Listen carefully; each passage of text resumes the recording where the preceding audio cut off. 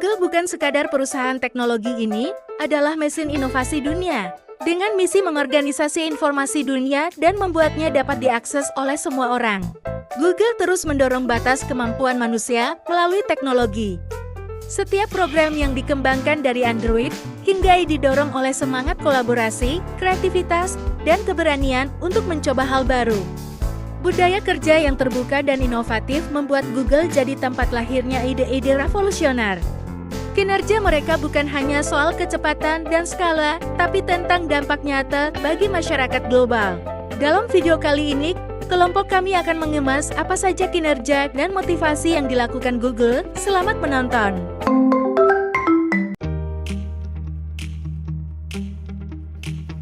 Hai teman-teman semuanya. Nah, pada kelompok kami hari ini akan membahas tentang chapter 9, yaitu Managing Work and Motivation. Nah, pada chapter 9 ini, kelompok kami akan membawakan tentang kasus dari perusahaan Google, di mana kita akan mengulik bagaimana strategi Google dalam meningkatkan keterlibatan dan motivasi karyawan. Nah, kenapa kelompok kami memilih Google? Karena Google itu dikenal sebagai salah satu perusahaan dengan tingkat keterlibatan karyawan yang sangat tinggi. Karena Google ini memiliki budaya kerja yang sangat inovatif dan berorientasinya itu pada kolaborasi, sehingga menjadikan Google ini sebagai tempat kerja paling idaman di banyak profesionalitas di seluruh dunia. Nah, perusahaan Google ini tuh secara konsisten mereka berinvestasi dalam kesejahteraan karyawan, pengembangan profesional, dan keseimbangan kehidupan kerja atau work-life balance yang semuanya itu berkontribusi pada tingkat kepuasan dan loyalitas yang tinggi di antara para pegawainya. Nah, teman-teman, hingga saat ini Google itu menempati peringkat ke-8 sebagai tempat kerja terbaik secara global. Hasil survei ini tuh berdasarkan Fortune dan Glassdoor, di mana pencapaian Google saat ini itu merupakan strategi manajemen sumber daya mereka yang sangat proaktif dan inovatif. Google juga udah lama banget menjadi pemimpin dalam metrik perusahaan yang dimana mereka tuh mendorong keterlibatan karyawan, sehingga karyawannya ini tuh memiliki rasa kepemilikan, motivasi kerja, dan komunikasi antar tim yang sangat baik. Nah, melalui berbagai inisiatif ini, Google itu berhasil menciptakan lingkungan kerja yang mendorong kreativitas mereka dan produktivitas mereka yang sangat tinggi. Nah, dengan pendekatan yang menekankan pada pemberdayaan individu dan keterlibatan karyawan, atau kita bisa kenal sebagai motivasi karyawan yang sangat tinggi, Google ini berhasil mencapai tingkat tujuan jangka panjang yang sangat dinilai berarti untuk para perusahaan di global. Oleh karena itu, pada kelompok kami akan membahas tentang faktor-faktor apa sih yang menjadi kunci keberhasilan dari Google ini. Oke teman-teman, silahkan disimak. Baik, jadi tadi kita udah mendengar narasi yang udah dijelasin sama Karin. Lalu sekarang saya akan membahas faktor-faktor apa aja yang menjadi kunci keberhasilan dari Google. Yang pertama itu adalah misi yang jelas dan menginspirasi. Jadi Google itu mempunyai misi di mana mereka itu mau membuat dunia menjadi tempat yang lebih baik melalui teknologi. Jadi Google ini nggak hanya menjadikan misi ini sebagai slogan semata, tetapi mereka benar-benar mengintegrasikannya ke dalam aspek pekerjaan dan budaya perusahaan mereka.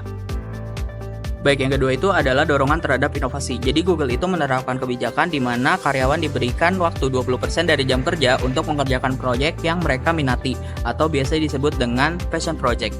Nah, jadi dengan kebijakan ini Google itu secara nggak langsung meningkatkan kreativitas dan kepuasan kerja karyawan.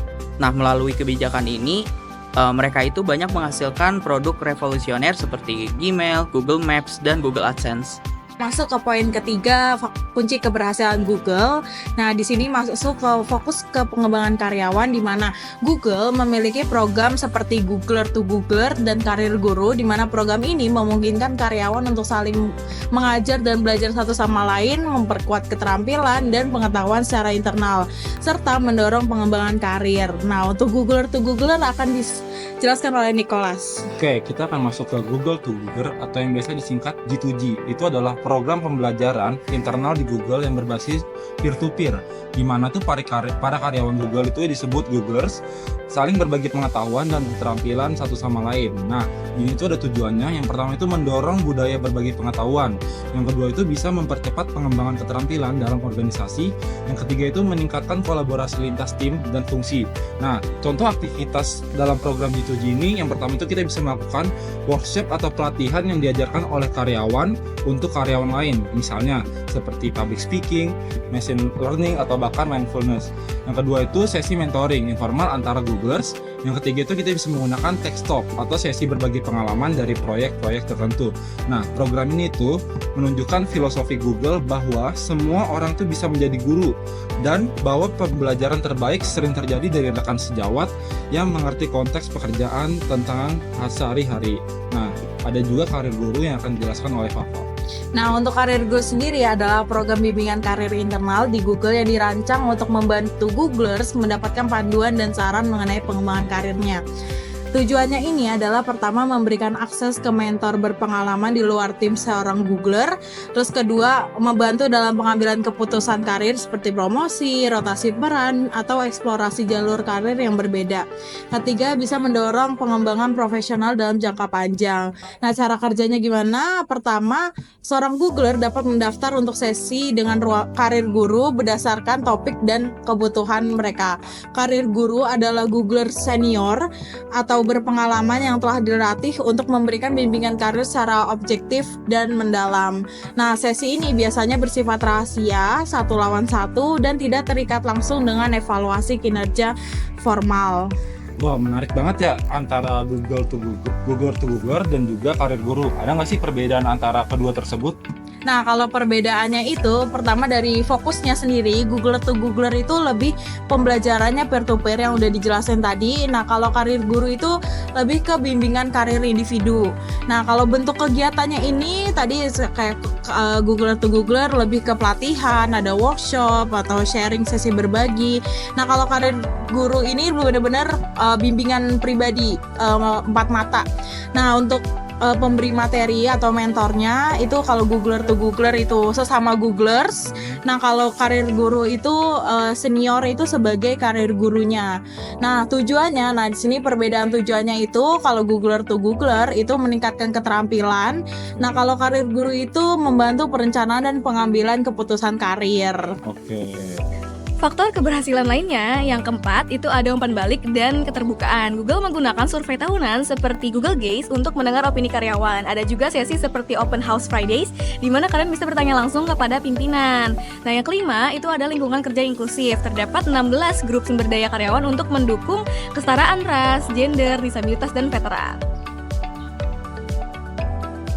Oke, jadi bukan hanya itu saja, Google sendiri itu mendesain kantornya untuk mendukung produktivitas karyawannya. Nah, di Google sendiri, Google itu mendesain kantornya sendiri itu khusus untuk meningkatkan produktivitas karyawannya. Mulai dari adanya relaksasi, sehingga karyawan itu bisa lebih termotivasi setelah sudah berelaksasi. Kemudian ada juga tempat tidur siang agar para karyawan yang sudah lelah itu bisa beristirahat dengan nyaman. Kemudian ada juga gym, ada juga kolam renang, sampai fasilitas kesehatan. Nah, yang ketujuh itu ada juga tunjangan dan fasilitas unggulan seperti pusat kesehatan di tempat kerja, subsidi pinjaman pelajar, makanan gratis, hingga konsol game di kantor. Nah, maka dari itu setelah Google mendesain kantornya sedemikian rupa, maka Google itu mengharapkan karyawan itu dapat termotivasi dengan adanya desain-desain yang unik di kantornya. Nah, maka dari itu Google sendiri dapat meningkatkan motivasi karyawannya sehingga karyawannya sendiri bisa bekerja dengan maksimal ke depannya. Faktor kunci keberhasilan Google yang ke-8 adalah proses rekrutmen yang selektif. Nah, Google itu berfokus pada pencarian talenta terbaik yang sesuai dengan budaya perusahaannya, serta berkontribusi pada tingkat retensi karyawan yang tinggi.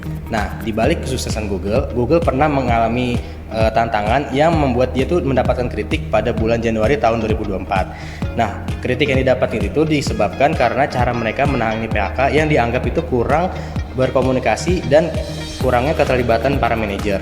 Nah, hal ini menunjukkan pentingnya transparansi dan rasa hormat, terutama saat perusahaan itu menangani masalah di masa sulit. Kesimpulannya, jika kita ingin berhasil dalam managing work and motivation, kita bisa melakukan pendekatan yang dilakukan oleh Google. Nah, pendekatan ini adalah pendekatan yang meningkatkan keterlibatan karyawan atau employee engagement serta memotivasi karyawan.